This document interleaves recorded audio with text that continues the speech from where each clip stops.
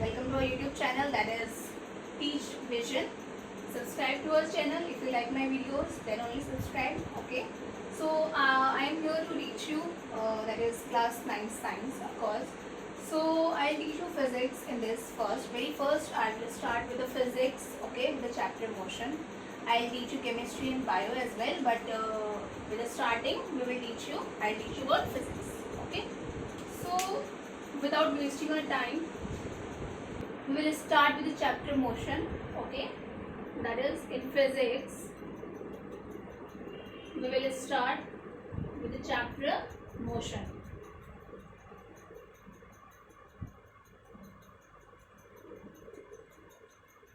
So students, before starting I would like to ask you some question, or you will tell me that what is motion. How can you say that motion is taking place, or what is the criteria that you can decide if motion is occurring or not? So with this, if an object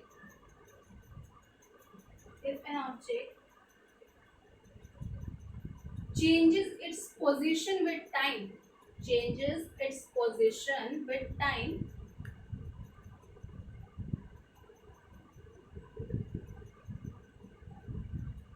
then it is said to be motion. It means अगर कोई भी object अपने time के साथ साथ अपनी position को change करता है तो हम क्या कहते हैं कि मोशन हो रहा है.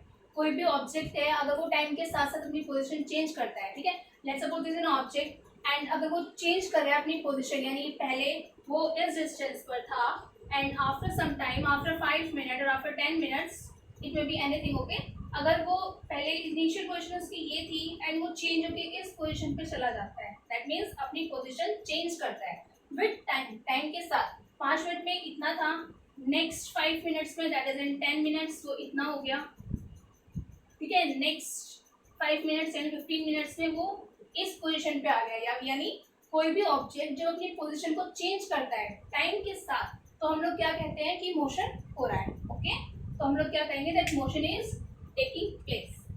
Okay, so before going further I would like to tell you some physical quantities or about some physical quantities जो हमारे इस चैप्टर में आगे काम आएंगी. So there are two physical quantities. We have physical quantities. How many? Two.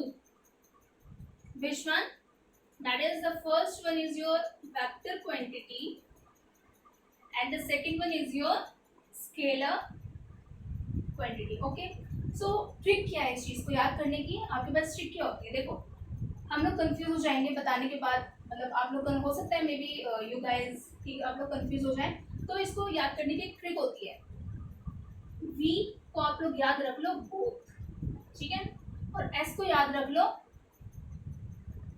Single.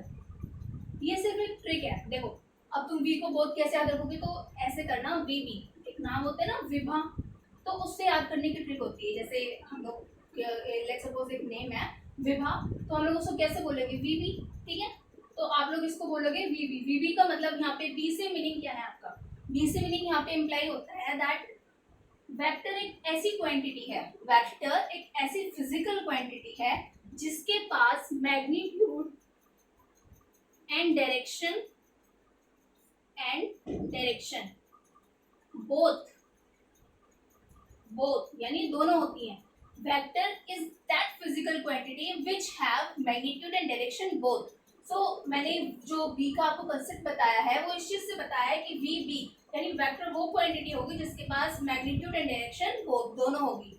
अब magnitude से यहाँ पे आपका क्या मतलब है? मैग्नीट्यूड किसको आप लोग कहेंगे? मैग्नीट्यूड होता है एनी न्यूमेरिकल वैल्यू, कोई भी numerical value, like numerical value कुछ भी हो सकती है, 5, 10, 20, 30, it may be any numerical value. Numerical value को आप लोग मैग्नीट्यूड कहते हैं. एंड डायरेक्शन तो आपको पता ही है किस डायरेक्शन में है, वो east west north south, that is your direction, ठीक है. तो वेक्टर क्वांटिटी वो क्वांटिटी होती है आपकी जिसके पास दोनों चीजें होती है, magnitude as well as direction, ठीक है. तो वी बी, ये इसको याद करने की ट्रिक थी. बाकी आप लोगों को जो सही लगे आप उससे याद करना, ठीक है. And next one is a scalar quantity. Scalar quantity means S याद करने की ट्रिक है ये. स्केलर एस से सिंगल. तो स्केलर क्वांटिटी आपकी वो क्वांटिटी होती है विच हैव ओनली डायरेक्शन. क्या होती है उसकी? सिर्फ डायरेक्शन होती है। तो स्केलर, सॉरी डायरेक्शन नहीं, स्केलर के पास क्या होता है आपका मैग्नीट्यूड होता है। I am very sorry, that is not direction, that is only magnitude. Scalar वो क्वांटिटी होती है जिसके पास ओनली मैग्नीट्यूड होता है, डायरेक्शन नहीं होती, डायरेक्शन नहीं होती, ठीक है। मैग्नीट्यूड यानी कुछ भी हो सकता है, जैसे वही सेम चीज आप लोग ले लो 2, 4, 10 और 3 समथिंग, एनीथिंग एनीथिंग, ठीक है। कुछ भी जिसके पास सिर्फ मैग्नीट्यूड हो, that is your scalar quantity, ठीक है। डायरेक्शन नहीं होगी, इसके पास डायरेक्शन नहीं होगी, जो आपको डायरेक्शन के बारे में नहीं बताएगा वो आपकी स्केलर क्वांटिटी है, ठीक है। हम लोग यहाँ पे जैसे चैप्टर मोशन के बारे में बात कर रहे हैं, तो कुछ और है इसके पार्ट्स हैं मोशन के, उस बारे में हम लोग जानेंगे। तो पहला क्या होता है हमारा लीनियर मोशन। मोशन कितने टाइप के होते हैं? लीनियर मोशन हमारा पहला, ठीक है। सेकंड होता है हमारा वो सर्कुलेटरी मोशन, सर्कुलेटरी मोशन आपको इतना डिटेल में नहीं जाना है, जो आपकी बुक में है, आपकी बुक में लीनियर मोशन मोस्टली है, सर्कुलर मोशन भी है, ठीक है, बट सर्कुलर मोशन कम है। तो 3 टाइप्स की motion, linear motion, circulatory motion and the third one is your oscillatory motion, okay. So in linear motion क्या आता है हमारा? लीनियर मोशन जो हमारे स्ट्रेट लाइन में होता है, linear motion means straight line motion. Straight line में जो मोशन होता है हम लोग उसको क्या बोलते हैं? उसको हम लोग बोलते हैं लीनियर मोशन। क्या बोलते हैं? Linear motion, okay. जो स्ट्रेट लाइन में मोशन होता है आपका, वो होता है आपका लीनियर मोशन, ठीक है।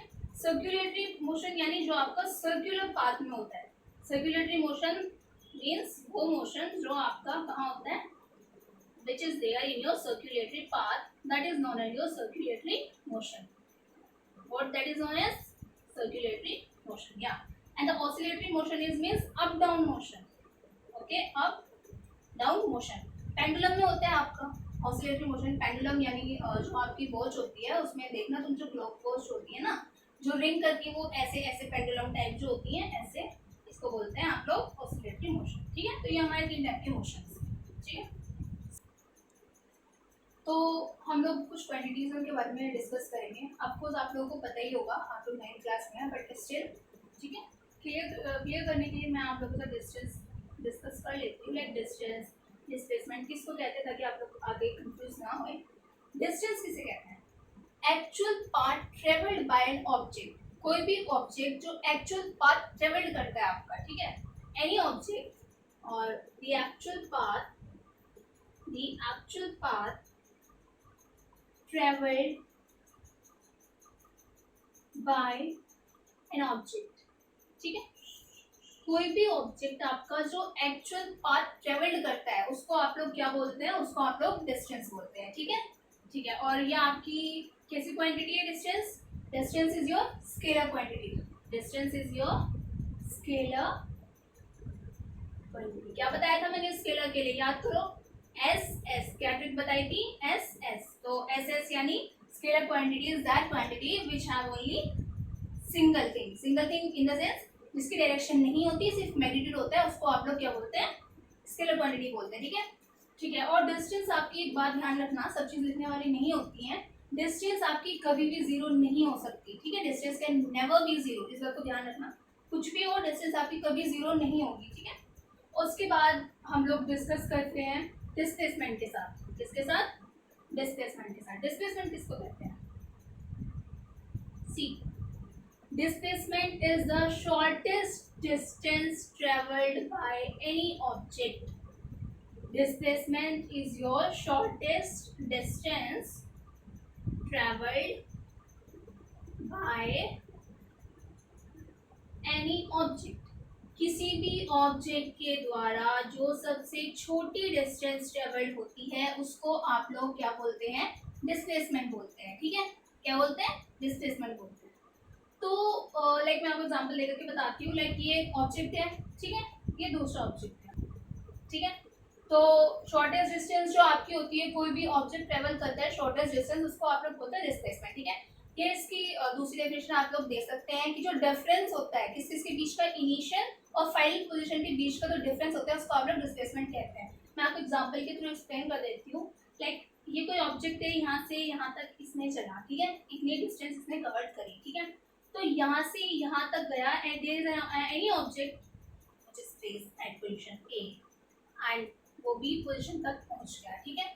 तो मैं अगर आपसे कहूँ कि एक ऑब्जेक्ट ए पोजीशन से चला और बी पोजीशन पर आकर रुक गया, ठीक है, that is initial position is A and its final position is B, तो क्या होगा?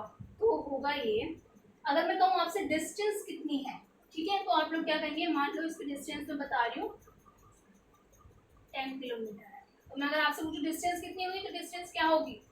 10 किलोमीटर, ठीक है। एक्चुअल पाथ कितना उसने ट्रैवल करा? 10 किलोमीटर ट्रैवल करा, तो डिस्टेंस इज योर 10 किलोमीटर, ठीक है।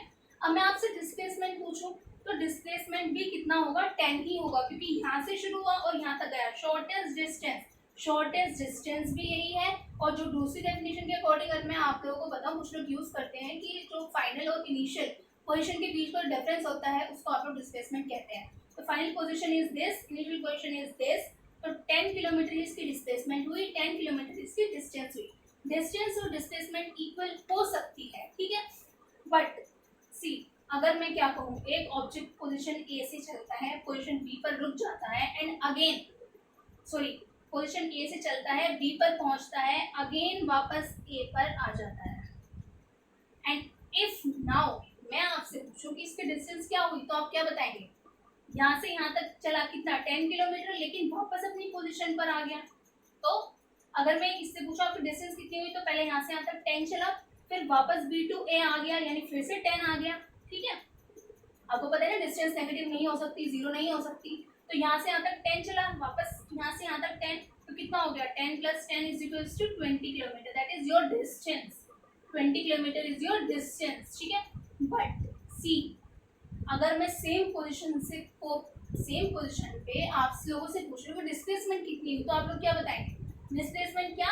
इनिशियल और फाइनल पोजीशन के बीच का डिफरेंस, ठीक है, फिर शॉर्टेस्ट डिस्टेंस, तो इनिशियल और फाइनल पोजीशन के बीच का डिफरेंस कितना हुआ? 0।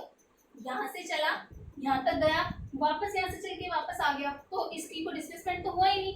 इनिशियल पोजीशन ये थी, फाइनल भी यही है, तो फाइनल माइनस इनिशियल 0 हो गया, ठीक है, तो डिस्प्लेसमेंट इसका यहाँ पर 0 हो गया। ओके, देखो किसी भी ऑब्जेक्ट के मोशन को हम लोग डिसाइड करते हैं उसके रेफरेंस पॉइंट पे, यानी कि किसी भी ऑब्जेक्ट के अगर मोशन को हम लोग को डिफाइन करना है तो हम लोगों को एक पॉइंट चूज करना पड़ता है। We have to choose a point that is known as your reference point.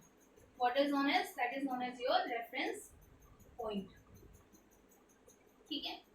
कोई भी ऑब्जेक्ट अगर मान लो आप लोग कहते हैं कि आपका स्कूल जो है 2 किलोमीटर की डिस्टेंस पर है from a railway station. This is your NCERT's example, okay. From railway station your school is 2 kilometre away, ठीक है।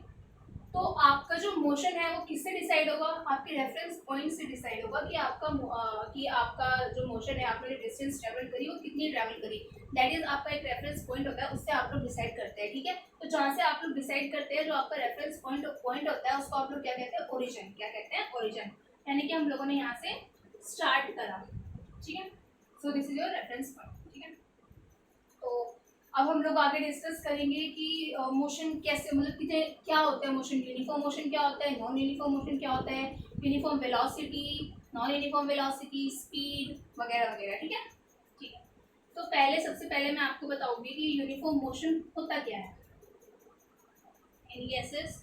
What is uniform motion? बताओ, यूनिफॉर्म से आपको क्या समझ आता है?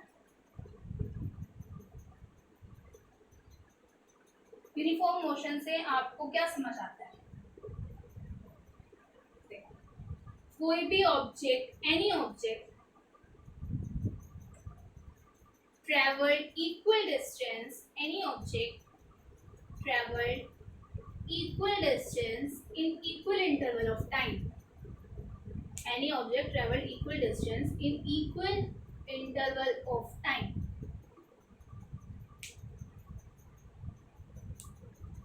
तो आपका वो ऑब्जेक्ट जो है या कोई भी चीज़ आपकी आप लोग कह सकते हैं कि वो यूनिफॉर्म मोशन में है। कोई भी ऑब्जेक्ट जब आपका इक्वल डिस्टेंस ट्रेवल करता है in equal interval of time में, तो वो आपका यूनिफॉर्म मोशन हुआ। अब आप इस बात से क्या समझे, इस चीज़ से आप लोग क्या समझे? Equal distance in any object travel equal distance in equal interval of time, इस चीज़ से आप लोगों को क्या समझ आता है? देखिए मैं बताती हूँ आप लोगों को। लाइक कोई ऑब्जेक्ट है, ट्रेवल कर रहा है 5 किलोमीटर, इन 10 सेकेंड, ठीक है। Next 5 kilometre in 20 second, next 5 kilometre in more plus 5, next 5 kilometer in 30 seconds, next 5 kilometer in 40 second and much more, okay. ऐसे ही आप लोग बढ़ाते रहिए सेम टाइम। इस चीज को, ये जो हमारी चीज है, इसको आप लोग बोलते हैं क्या, equal distance in equal interval of time. Equal distance how, 5 kilometre में वापस 5 किलोमीटर ऐड हो रहा है, सेम डिस्टेंस ऐड हो रही है in same interval of time. यहाँ पे भी 10 सेकेंड का टाइम है, ठीक है। डिस्टेंस 5 किलोमीटर इंक्रीज हो रही है, ठीक है, +5 +10। यहाँ पे भी 5 किलोमीटर इंक्रीज हो रही है 30 सेकेंड में, फिर +10 हो गया। तो क्या हो रहा है, सेम डिस्टेंस यानी कि इक्वल डिस्टेंस हो रही है in equal interval of time में, ठीक है। तो इसको आप लोग क्या कहेंगे कि ये यूनिफॉर्म मोशन है। वहीं पे अगर मैं क्या कर दूँ, यहाँ पे कर दूँ कि 5 किलोमीटर इन 10 सेकेंड, ओके ठीक है। यहाँ पे अगर मैं कर देती हूँ कि 10 किलोमीटर इन 15 सेकेंड, ठीक है। फिर मैं कर देती हूँ आपकी 35 किलोमीटर इन 30 सेकेंड, ठीक है। और 30 की तो आप ले लो कि 22 सेकेंड। नेक्स्ट कर देती हूँ मैं 75 kilometre 100 second, as an example, ठीक है, सिर्फ एग्जाम्पल के लिए ये।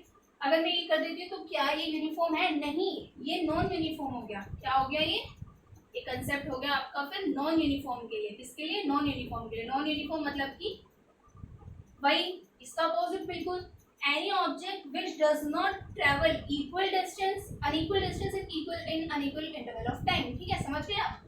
मतलब कोई भी वो ऑब्जेक्ट जो अनइक्वल डिस्टेंस ट्रेवल करे इन अनइक्वल इंटरवल ऑफ टाइम, उसको आप लोग नॉन यूनिफॉर्म कहेंगे, ठीक है।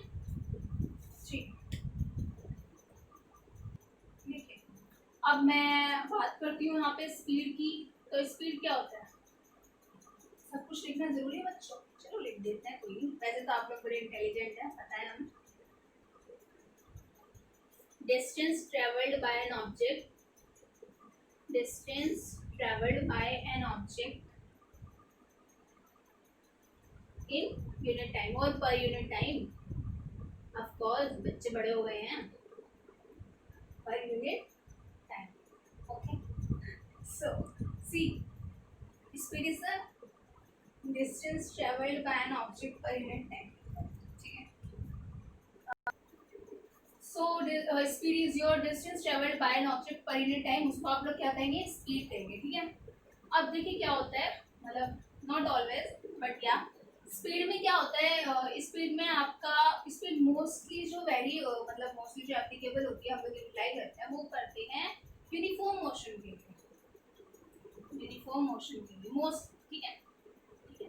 यहीं पे बात करूँ अगर मैं नॉन यूनिफॉर्म मोशन की बात करूँ, अगर मैं नॉन यूनिफॉर्म मोशन की, तो देयर इज अ टर्म हम लोग यूज करते हैं, एवरेज स्पीड। क्या यूज करते हैं, एवरेज स्पीड। एवरेज स्पीड क्या होती है आप लोग की, एवरेज स्पीड होती है टोटल डिस्टेंस ट्रेवल्ड, टोटल कितना डिस्टेंस ट्रेवल करा किसी भी ऑब्जेक्ट ने, अपॉन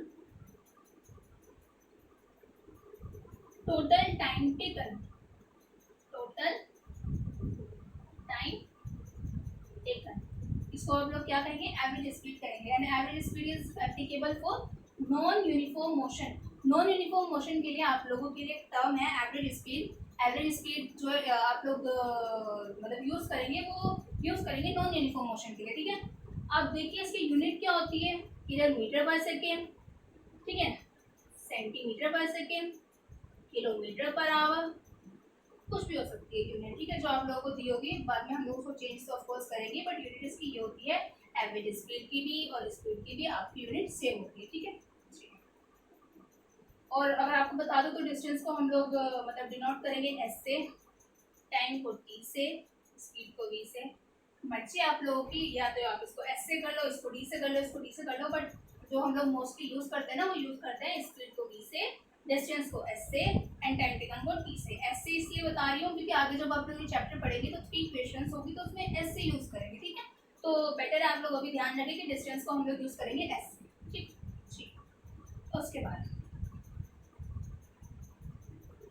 बाद आती है हमारी वेलोसिटी। क्या आती है, वेलोसिटी। अब बताओ वेक्टर क्वांटिटी क्या होती है, ये बताया था मैंने स्टार्टिंग में। नेक्स्ट आपकी टर्म हो गई वेलोसिटी।